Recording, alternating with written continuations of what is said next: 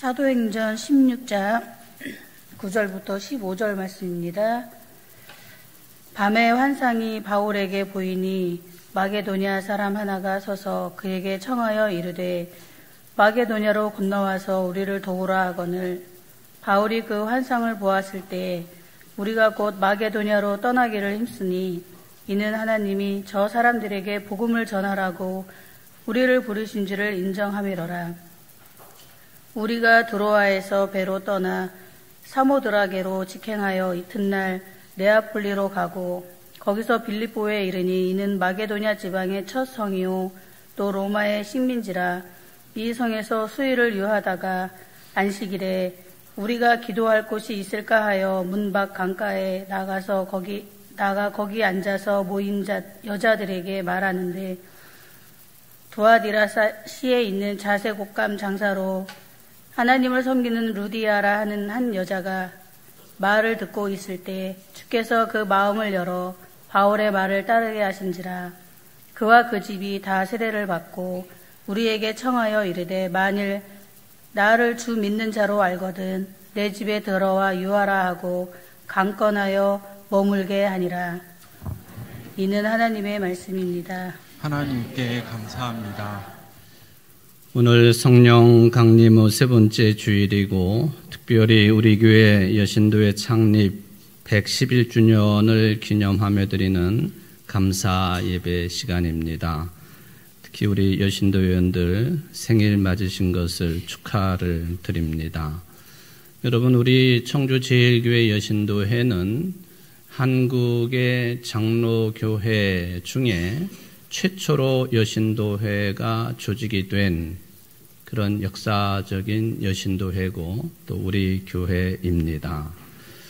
물론 이제 한반도의 전체를 따지면 지금은 이북이 되어 있지만 평양의 널다리 교회 또는 장대현 교회가 우리보다도 일찍이 최초의 여신도회가 조직이 된 교회로 알려져 있습니다. 그렇지만은 공산 치하가 되면서 교회 자체가 사라져 버렸기 때문에 그게 70년 이상 그 교회 역사가 끊어진 상태라 아마도 그런 의미에서 보면은 현존하는 교회 중에 장로교회가 우리나라의 기독교 중에 한 80% 가까이를 차지하고 있는데 최초의 여신도회가 조직된 교회라고 해도 이제 부족함이 없는 그런 역사를 가지고 있습니다.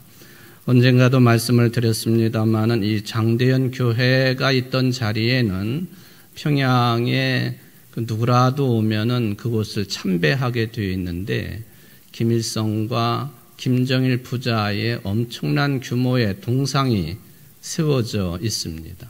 교회가 있던 자리에 우상 숭배를 극도로 경계하는 신앙의 터전 위에 우상 숭배를 강요하는 그런 역사적인 아이러니가 베풀어지고 있는 그런 두 인물의 동상이 세워져 있다 하는 것을 우리가 생각을 해보게 됩니다. 오늘 예배드리는 여러분 모두와 그리고 여신도회원들에게 성령님의 강한 역사가 함께 하시기를 주의 이름으로 축원을 드립니다. 제가 광고를 드리면서 오후 찬양 예배 시간에 마치 헌금을 드리지 말라 하는 것처럼 광고를 한 것 같아가지고 좀 민망합니다. 여러분들 우리 교회는 유인물로 나와 있는 그런 헌금을 작정하는 그런 유인물에 그걸 사용하지 않아도 된다 그런 개념입니다. 그러니까 일반적인 헌금은 또 정성껏 드려주시기를 부탁을 드립니다. 우리나라가 또 우리 교회가 120년 전에 탄생을 했고 또 여신도회가 111주년을 맞이하는데 여신도회가 탄생할 때 그리고 우리 교회가 시작될 때에는 당연히 사회 분위기가 남존여비 사상이 팽배할 때입니다. 지금도 남성들 가운데 그런 생각을 가지고 계신 분들이 간혹 보이기는 합니다만은 그건 참 이상한 삶의 행태죠. 남자는 귀하고 여성은 천하다 하는 이 의식이 강할 때에 우리 교회도 탄생했고 여신도에도 조직이 됩니다. 그러니 2000년 전에 예수님이 활동하실 때는 그런 생각, 그런 사상, 또 생활상이 더 강했을 때다라고 하는 것을 우리는 이제 염두에 둘 필요가 있겠습니다. 차별이 심각한 시대, 특별히 민족 간의 차별이 심각했습니다. 신약 성경을 읽어보면은 유대인과 헬라인 또는 유대인과 이방인이라고 하는 표현이 나오고 있습니다만은 유대인들 입장에서 보면은 유대인은 선민이고 그 외의 민족들은 다 이방인들이에요. 하나님의 택함을 받지 못한 사람들이다. 구원받지 못한 사람들이다라고 하는 그런 개념이 되겠습니다. 이런 민족적인 정체성과 또 신앙적인 정체성을 가지고 있는 사회가 2000년 전의 유대 사회라고 하는 것 생각해 볼 때에 예수님께서 그런 사회 속에서 2등 인간으로 취급을 받고 있었던 그런 존재들을 정상적인 사람들로 또 제자리에 세우는 일에 예수님께서 많은 애를 쓰셨다라고 하는 것을 복음서를 읽으면서 판단해 볼 수가 있겠습니다. 예를 들면은 지난 주일도 언급을 했지만 누가복음 10장에 나오고 있는 선한 사마리아 사람의 비유 같은 것도 그런 차원에서 얼마든지 해석이 가능하겠습니다.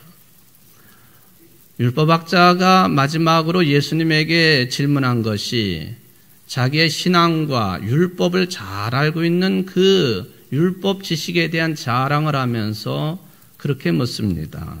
그러면 내 이웃이 누구입니까? 이 질문을 받으시고 주신 예화가 선한 사마리아 사람의 비유라고 하는 것은 잘 알고 있는 내용이죠. 예수님께서 이 율법학자의 질문에 직접적인 답변을 하지 아니하시고 이 비유의 말씀을 하신 거예요. 거기에는 레위 사람, 바리새인 그리고 사마리아 사람이 등장을 합니다. 예화이기 때문에 어떤 사실을 언급한 내용이 아니고 쉽게 말하면 예수님이 꾸며낸 말씀이에요. 물론 그때 상황 속에서 그런 일이 벌어질 수도 있었겠지만은 예수님이 누가 내 이웃입니까? 라는 질문에 대해서 예화를 만들어 가지고 전해주신 내용입니다. 그러니까 예수님께서 어떤 의도를 가지시고 이 예화를 사용하셨다 하는 그런 이야기가 되겠습니다. 강도 만난 사람을 최선을 다해서 정성껏 돌보아준 진정한 이웃이 누구였느냐 할 때에 사마리아 사람이었다라고 하는 그 의미가 되겠죠. 사두개인이나 바리새인이나 레위 사람과 같이 유대 종족이 아니라 당시에 2등 인간 취급을 받고 있었던 사마리아 사람, 그 사람이 이웃사랑의 모범적인 인물이다 하는 거예요. 의미심장한 내용이지요. 어쩌면은 예수님께서 이 바리새인이나 레위인이나 사두개인, 이 종교적인 권력과 지위를 가지고 있었던 사람들을 주연으로 언급하실 수도 있지 않았겠습니까? 물론 예수님이 진정한 이 말씀의 의도가 무엇인지 우리는 정확히는 알 수 없습니다.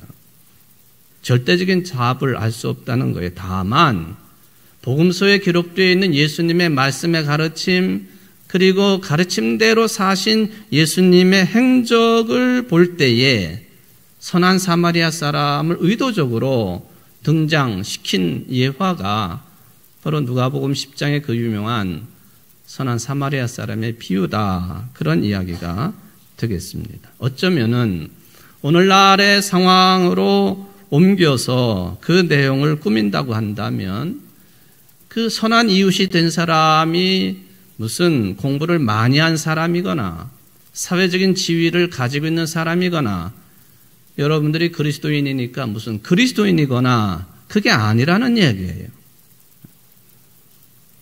저학력자일 수도 있고 종교가 없는 사람일 수도 있고 또 사회적인 배척의 대상인 성소수자일 수도 있고 이슬람 교도일 수도 있고 불교인일 수도 있고 어쩌보면은 중심부의 존재가 아니라 주변 인물들 이렇게 관습을 뒤집어 엎어버리시는 예수님의 예화 이런 말씀을 통해서 진정한 포용의 원리가 뭐냐 진정으로 우리의 이웃이 누구냐 하는 것을 가르치고 계십니다.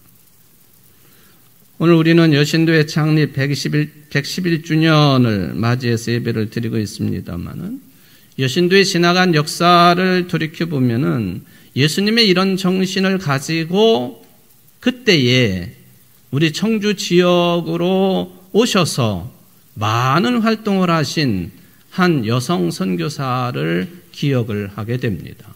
그분이 바로 로간 부인, 로간 선교사입니다.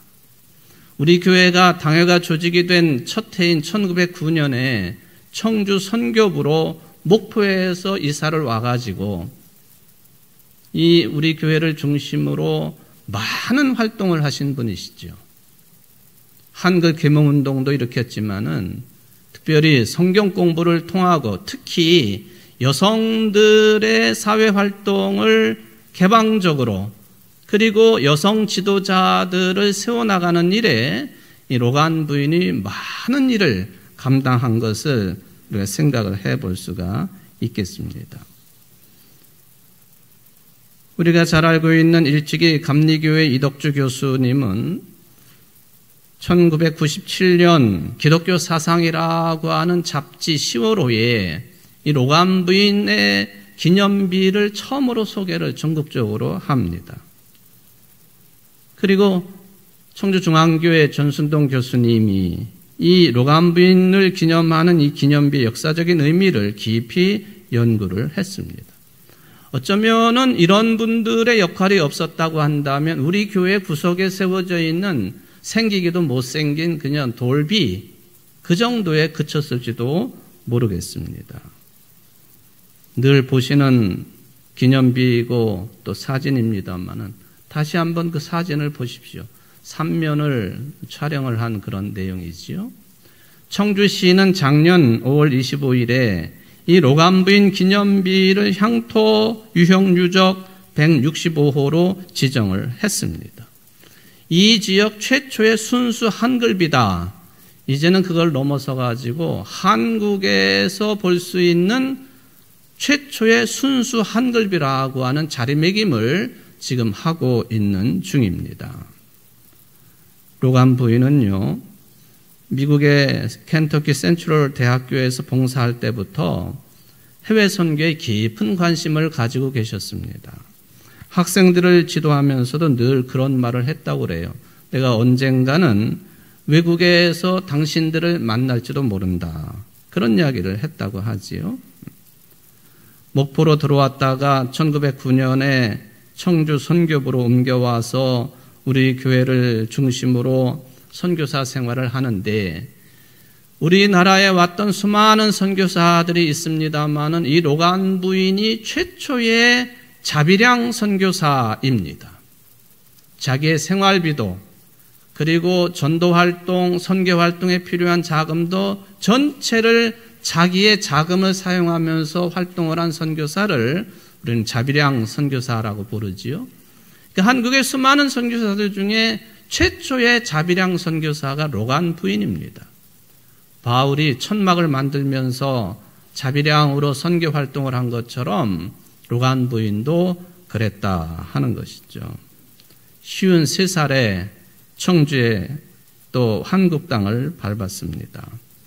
나이가 좀 있음에도 불구하고 한글을 배우는데 열심이었습니다. 그래서 한국말을 잘 구사를 했고 또 글씨도 잘 쓸 수가 있었습니다. 로간 부인이 사망을 했을 때에 선교의 모임에서 양력 소개가 있었는데 특히 이 분의 언어 능력에 대해서 강조를 합니다. 이런 내용이 있습니다. 그녀는 언어를 아주 잘 습득하여 여러 해 동안 매우 훌륭하게 사역하였다. 그녀는 청주의 인근 마을에서 여성 사역을 담당하였다. 그녀는 자기 집에서 모인 여러 성경 공부반에서 일주일에 15시간씩 가르쳤으며 50명 혹은 60명 정도의 여성들이 참석하였다. 한국 장로교회 선교 역사 가운데 기록되어 있는 로감 부인의 기록 내용이 되겠습니다. 농촌 순회 사역자로 호별 방문하는 전도자로 많은 여성들을 찾아가서 전도하고 또 충북의 농촌 선교와 특히나 여성 교육, 여성의 사회적인 활동에 헌신한 분입니다. 그뿐만 아니라 교회를 중심으로 주일학교, 성경학교, 또한 교사반, 여성 전도반, 여성 지도자반들을 지도하고 육성하면서 여성 지도자들을 길러내는 데 혼신의 힘을 기울인 여성교육의 초석을 놓은 인물이다. 그런 이야기죠. 이분이 세상을 떠나고 1년 반쯤이 지났을 때에 우리에게 여신도회를 중심으로 기념비를 세운 것이 그 로감 부인 기념비입니다. 1921년 6월에 이 비를 세웠는데 59자의 비문이 새겨져 있습니다. 그걸 좀 풀어서 말씀을 드리면 이런 내용이죠. 아메리카 출신의 부인 한국 땅에 건너오셔서 봉승한 상제의 명령에, 즉 윗사람의 뜻을 이어받아 하나님의 명령에 진충 간력 모든 힘을 다해 충성하였네. 우리 민족 구원하려 교육구제에 힘을 다했으며 한국 땅에 머문 12년간 여일 종사 한결같이 몸과 마음을 다하다가 한국 땅에서 별세하여 천국으로 가셨다. 이게 59자의 비문을 좀 풀어서 드린 말씀입니다. 이 로감 부인 기념비를 세웠다고 하는 것은 우리 교회뿐만 아니라 아주 넓은 범위의 충북의 여성 역사에 새로운 변혁을 만들어낸 변곡점이 되었다고 하는 평가를 받고 있습니다. 물론 순수 한글비라고 하는 역사성이 있습니다만은 충북의 여성사에 새로운 변화를 만들어낸 변곡점이 되었다 하는 것이죠. 그러니까 이 로감 부인 기념비의 가치가 상당하다 하는 것을 생각해 볼 수가 있겠습니다. 남존여비의 사회에서 여성들을 가르치고 또 한 인간으로서의 자리매김을 할 수 있도록 이 여성들을 중심으로 활동을 했던 로감 부인을 생각해 보면 제2등의 인생이라고 평가되는 사람들을 제자리에 세우시기 위해서 애쓰시고 노력하시고 십자가에 달려 죽기까지 하신 예수님의 복음사역, 구원사역을 저는 당연하게 비교를 하게 되었습니다. 여러분, 예수님은 유대인입니다. 유대인으로 사신 분이에요. 유대 사회는 100년 전보다 우리나라 사회보다 훨씬 더 남성 중심의 가부장제 사회였습니다. 여성들은 남성보다요 열등한 존재였습니다.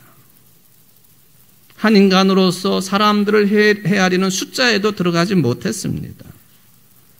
여성들에게는 유대교의 경전의 토라를 읽거나 배우는 것이 절대 허용되지 않았습니다. 1세기에 활동을 했던 랍비 중에 엘리저라고 하는 랍비가 있습니다만은 그분이 남겨놓은 글에 보면 이런 내용이 있어요. 토라를, 즉 율법을 여성들에게 가르치느니 차라리 불태워버리는 것이 낫다. 자기 딸에게 율법을 가르치는 사람은 그 딸에게 음란을 가르치는 것과 같다. 그때 사회상이에요.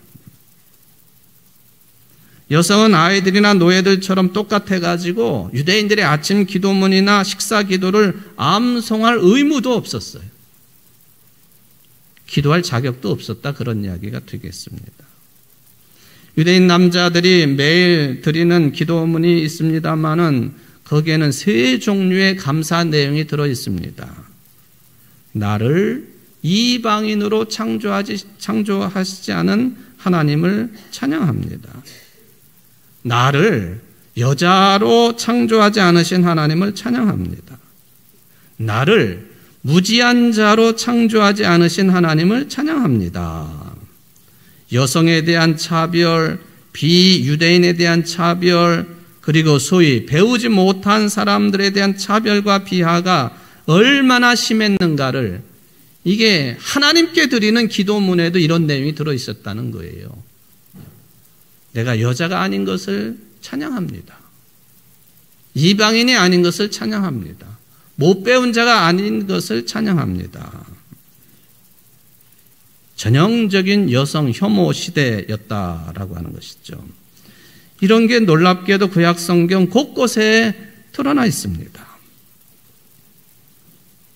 미사진이라고 하는 단어가 있습니다만은 이게 여성 혐오 사상이라고 하는 그런 뜻을 가지고 있습니다.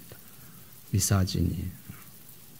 이 여성 혐오 사상에는 여성에 대한 두 가지 이해 태도가 토대를 하고 있습니다. 그게 뭐냐면 여성은 남성보다 열등한 존재라는 거예요.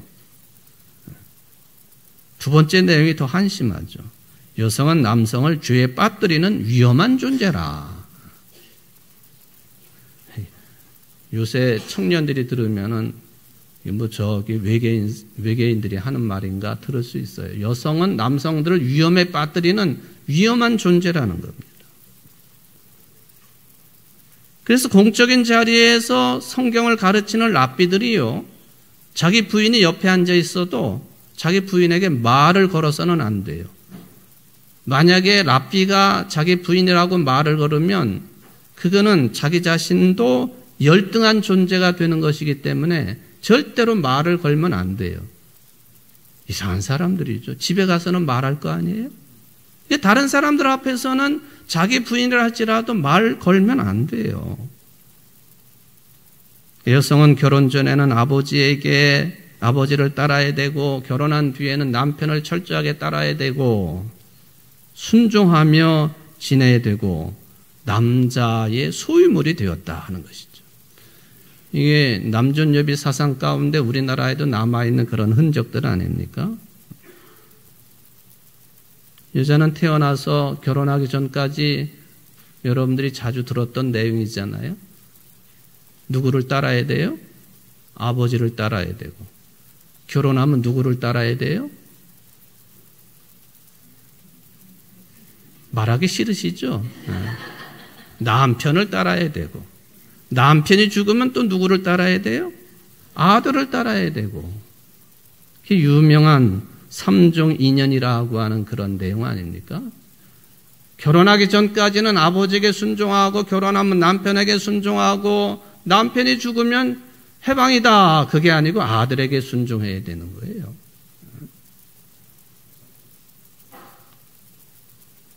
그런데 이렇게 고도의 여성 혐오 시대에 예수님께서 여성들을 어떻게 대하셨느냐? 만약에요, 성경의 기록에 예수님도 똑같이 여성들과 대화를 안 하시고 혐오하시고 그런 분이셨다고 한다면 그리스도가 아니십니다. 세계에서 가장 유명한 인물이 되셨고 세계 인구의 30%가 기독교인이요, 또한 예수님을 구세주로 고백하는 존재라고 해도 예수님이 만약에 여성들을 인간으로 대하지 않으셨다면 그리스도가 아니십니다. 우리가 그분을 따를 이유가 없는 거죠. 우리가 흔히 생각하기를 예수님은 남자 12명만 제자로 삼았다고 하지요. 그런데 성경과 관련된 수많은 자료들을 살펴보면은 여성 제자들도 있었습니다. 예수님과 동반했고 예수님의 목회에 함께했던 사람들, 그 중에는 결혼한 여성도 있었고 미혼의 여성도 있었습니다. 여러분, 예수님이 고난받으시고 십자가에 달려 죽으셨을 때 남성 제자들은 다 등을 돌리고 숨어버리지 않았습니까? 끝까지 예수님의 고난과 죽음에 함께했던 사람들이 이 여성 제자들이에요. 마태복음 27장 55절에 보면은 이 여성들은 갈릴리에서부터 예수님을 섬기는 사람들이었다고 기록되어 있습니다. 우리나라 성경에는 그런 말이 구체적으로 나와 있지 않지만은 영어 성경에 보면은 갈릴리에서부터 예수님을 섬긴 사람들을 그 사역을 미니스트리라고 기록해 놓고 있어요. 목회 사역이란 뜻이에요. 막달라 마리아, 세베대의 부인 야고보와 요한의 어머니, 심지어는 예수님의 어머니도 그 제자 그룹에 속합니다. 이처럼 예수님께서는 살아있지만 죽은 존재들인 여성들을 어떻게 온전하고 평등한 존재로 대했는가? 두 가지만 말씀을 드릴게요. 첫 번째가 이 여성들이 예수님 부활의 첫 증인들이었다는 거죠. 여러분들 신앙의 출발이 부활 사건이에요. 교회 존재의 시작도 부활 사건입니다. 그런데 이 부활을 처음으로 증언한 사람이 여성이라는 거. 하도 들어가지고 놀랍지도 않으시죠. 예수님 당시를 생각하면요, 가히 혁명적인 내용입니다. 또 내용은요, 요한복음 4장의 기록입니다. 예수님이 사마리아 땅을 지나가시다가 수가성이라고 하는 거 들어가셨고 한 우물가에서 있는 여성과 대화하신 내용입니다. 당시의 관습을 역행하는 그때 놀라운 내용입니다. 우리들로 하여금 진정한 포용, 이게 뭔지를 손수 가르쳐 주신 그 내용이지요. 예수님이 사마리아 이 수가성 여인과 대화를 하십니다. 지금으로는 아무 일도 아니지요. 젊은이들이 자기가 사귀고 있는 남자친구에게 그런 테스트를 한다고 그러죠. 다른 여성들과 섞여가지고 식사 자리에 있는데 우리나라 음식 반찬 중에 깻잎이 있잖아요. 깻잎. 그 깻잎을 내가 아니고 남자친구가 아니고 다른 남자가 내 여자친구의 깻잎을 이렇게 떼기 어려우니까 그걸 떼주면 그게 잘한 일이냐 못한 일이냐. 그런 얘기 많아요. 근데 대부분의 한국 남성들이 아주 신경질을 부려요. 왜 내가 떼줘야지 다른 남자가 내 여자친구의 깻잎을 떼주느냐고. 예수님이 이 수가성의 우물가의 여인하고 대화를 하십니다. 제자들도 놀랬어요. 제자들이 어딜 갔다가 와보니까 예수님이 이 여인하고 대화를 하신단 말이죠. 이때 제자들이 돌아와서 예수께서 그 여자와 말씀을 나누는 것을 보고 놀랐다. 놀람의 이유가 여러 가지가 있겠지만 일단은 유대인 남자가 여성과 대화했다고 하는 게 놀람의 내용이에요.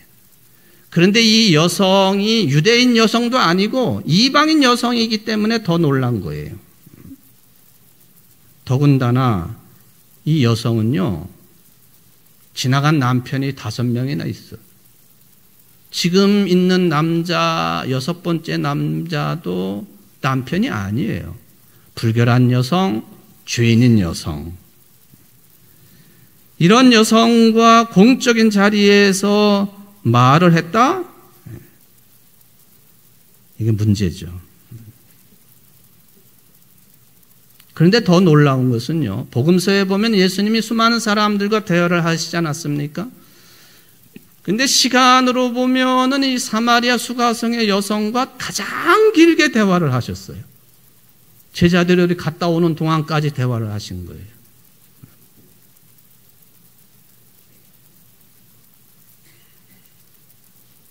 주변부 인물인 여성, 제2등 인간, 비유대인, 겹겹이 이게 중심 인물이 될 수 없었던 이 여성과 긴 대화를 나누셨다. 이것도 가히 혁명적인 내용입니다.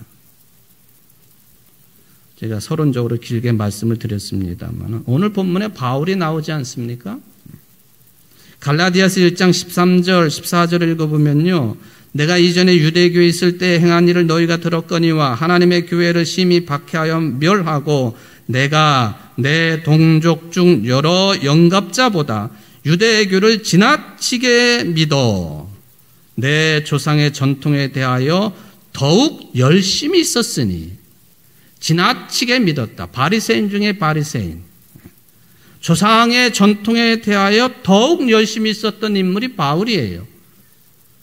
그러니까 남존 여비를 넘어서서 여성 혐오 사상에 절어 있었던 인물이 바울이라 그런 이야기예요. 율법을 철저히 지킨 사람이에요. 빌립보서 3장 6절에도 보면 열심으로는 교회를 박해하고 율법의 의로는 흠이 없는 자, 그게 바울이었습니다.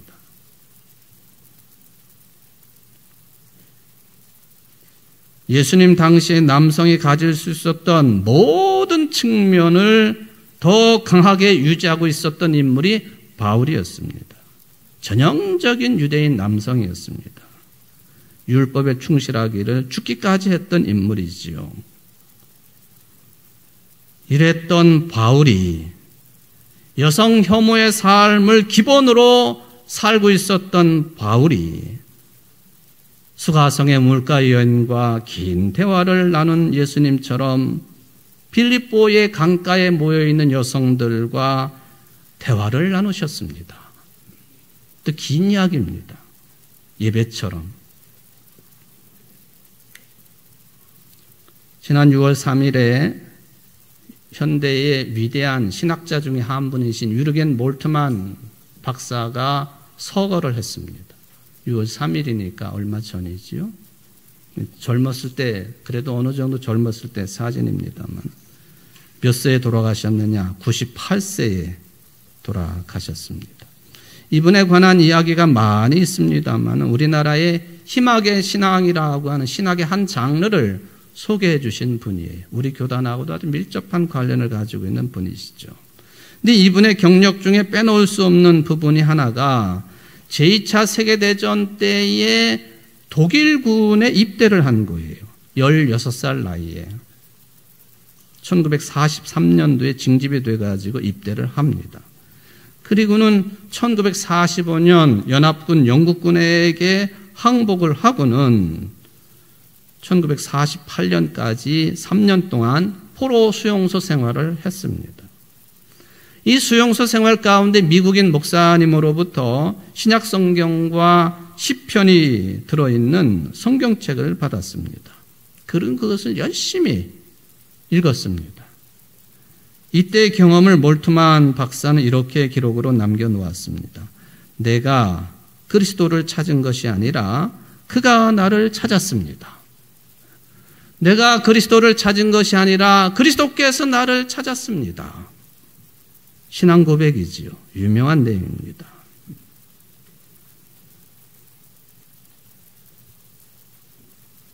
여성 혐오 시대를 살아가고 있었던 바울이 다메섹 도상에서 부활하신 예수님의 음성을 들은 것, 몰트만과 같은 말을 할 수밖에 없는 상황이지요. 내가 그리스도를 찾아간 것이 아니고 그리스도께서 바울을 찾아온 거예요. 오늘 빌립보의 강가에 앉아있는 여성들에게도 마찬가지입니다. 바울을 통해서 그리스도께서 저들을 찾아가신 거예요. 여러분, 오늘 이 오전 시간에 교회에 나온 것 내가 결심하고 내가 스스로 힘을 내가지고, 아니요, 그리스도께서 하신 일입니다. 성령께서 하신 일이에요. 우리로 하여금 교만하지 않게 하시고 자만하지 않게 하시고 자랑할 것이 없는 존재라고 하는 것을 확인할 수 있는 내용이에요. 나의 신앙 고백도 예배드림도 다 주님께서 하신 일이다. 그러니까 바울이 신앙 고백하기를 나의 나 된 것은 주의 은혜라고 하는 얘기를 늘 입에 달고 다녔습니다.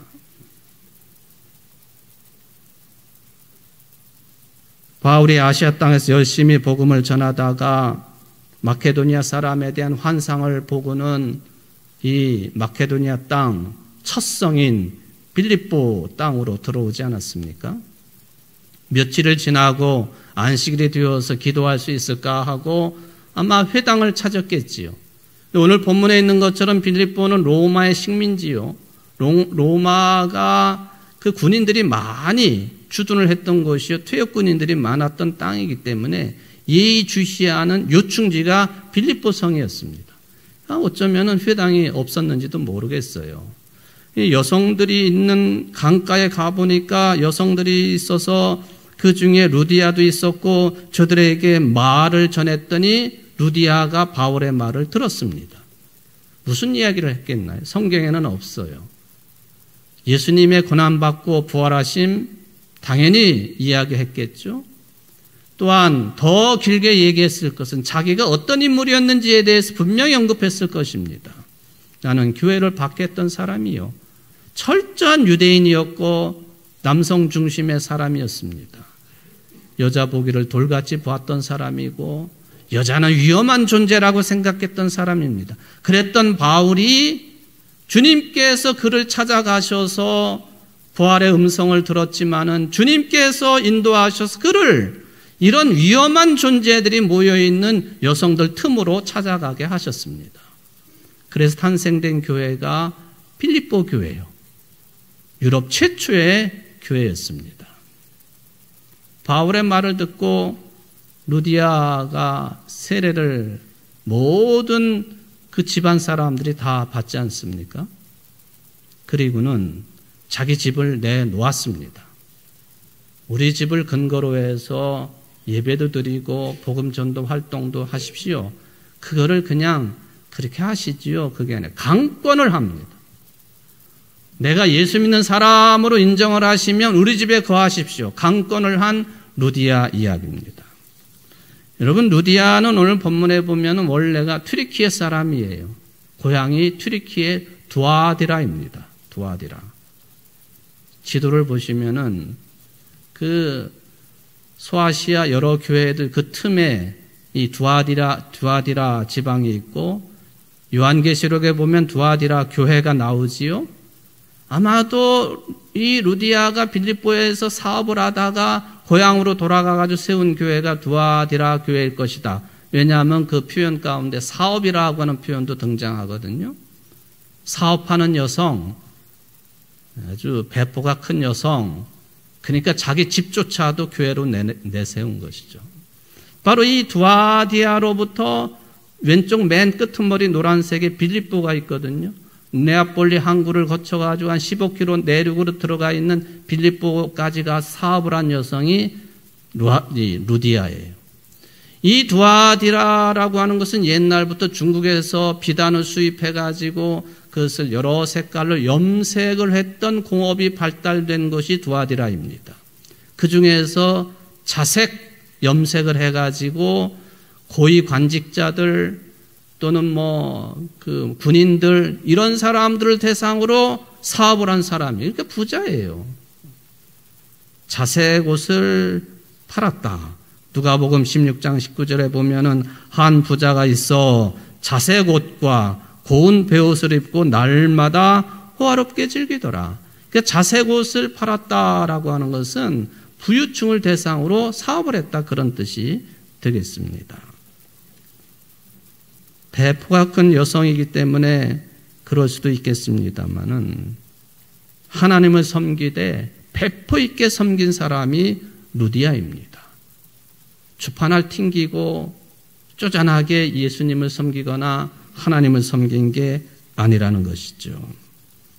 이것이 가능했던 이유가 뭐냐? 주님께서 이 여성의 마음을 열었기 때문에 가능한 일이었습니다. 마음을 열은 거예요. 아무리 하나님의 말씀을 들어도 주님께서 그 마음을 열어주시지 않으면 어떤 일도 일어나지 않습니다. 천국이 가까이 왔다 회개하라고 아무리 누가 이야기를 해도 마음문이 열리지 않으면 어떤 역사도 일어날 수가 없는 거죠. 신세계를 만날 수가 없는 거예요.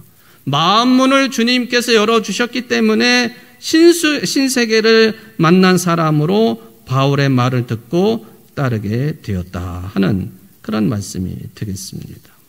세례를 받고 자기 집을 교회로 내놓게 되었습니다. 그 이후로도 이 바울과 빌립보 교회와의 관계는 계속되었습니다.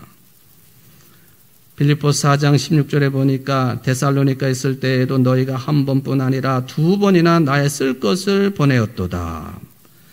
또 빌립보서 1장 8절에 보니까 내가 예수 그리스도의 심장으로 너희 무리를 얼마나 사모하는지 사람이 증인이 아니라 하나님이 내 증인이시다. 내 심장으로 너희를 얼마나 사모하는지 하나님께서 증인이시다. 빌립보 교회는 초기 교회 선교 역사에 중요한 역할을 감당을 했습니다. 루디아의 이러한 결단이 쉬운 일이 아니지요. 낯선 남성들이 자기 집에 머물며 교회로 삼고 활동을 한다고 하는 거 불편한 일입니다. 식사 준비, 또 필요한 침구 준비, 또 생활 준비, 비용도 만만치 않습니다. 하루 이틀도 아니었습니다. 그런 모든 불편한 일들을 감수하면서도 자기 집을 내준 이유, 만일 나를 주 믿는 자로 알거든, 그런 표현에서 알고 우리가 확인할 수 있는 것처럼 복음 사역에 대한 열정이 강했다고 하는 것입니다. 물론 쉬운 일이 아니지요. 교회를 통한 복음 사역에 열정이 강했던 루디아, 신앙생활, 교회 생활하면서도 시간적으로, 물질적으로 손해는 내가 절대로 보지 않겠다, 그런 마음 가지고는 안 되는 거지요. 내가 왜 교회 생활하면서 그렇게 해야 돼? 인생 철학, 이런 내용으로 삼을 수도 있겠지요. 빌립보 이야기가, 루디아 이야기가 강 건너 불 보듯이 남의 이야기로 들려질 가능성도 있지 않겠습니까? 사랑하는 성도 여러분, 여신도회 여러분, 오늘날 여러분들이 어떻게 이렇게 소중한 신앙의 전통을 교회를 통해서 이어갈 수가 있었습니까? 내 집에 들어와 유하라고 하는 루디아의 태도, 신앙생활이 실제로 있었기 때문에 교회 역사는 2000년의 역사를 이어올 수가 있었던 거예요. 특별히 여신도 회원들, 이런 질문을 계속 해야 됩니다. 모든 성도들도 마찬가지. 우리 교회가, 여신도회가 이러한 신앙적인 전통과 혁신을 위한 삶에 대한 교훈을 잘 이어가는 우리 교회 성도들, 여신도회원들 되시기를 바랍니다. 오래된 미래라고 하는 표현처럼 과거의 신앙의 역사를 거울 삼아서 미래를 향해서 나아갈 수 있는 우리 여신도회가 되시기를 바라고, 또 여러분들 되시기를 주의 이름으로 축원을 드립니다. 사랑의 하나님 아버지, 감사를 드립니다. 루디아의 마음을 여셨던 주님, 오늘도 우리의 마음을 열어 주옵소서. 우리로 하여금 믿음을 가지게 하시고 헌신케 하시고, 또 내 것을 내 것이라 여기지 아니하고 그 모든 것을 주님의 것이라고 신앙 고백하며 주님의 복음 사업에 드릴 수 있기에 부족함이 없는 우리 모두가 될 수 있도록 은혜를 베풀어 주옵소서. 예수님의 이름으로 간절히 기도하옵나이다. 아멘.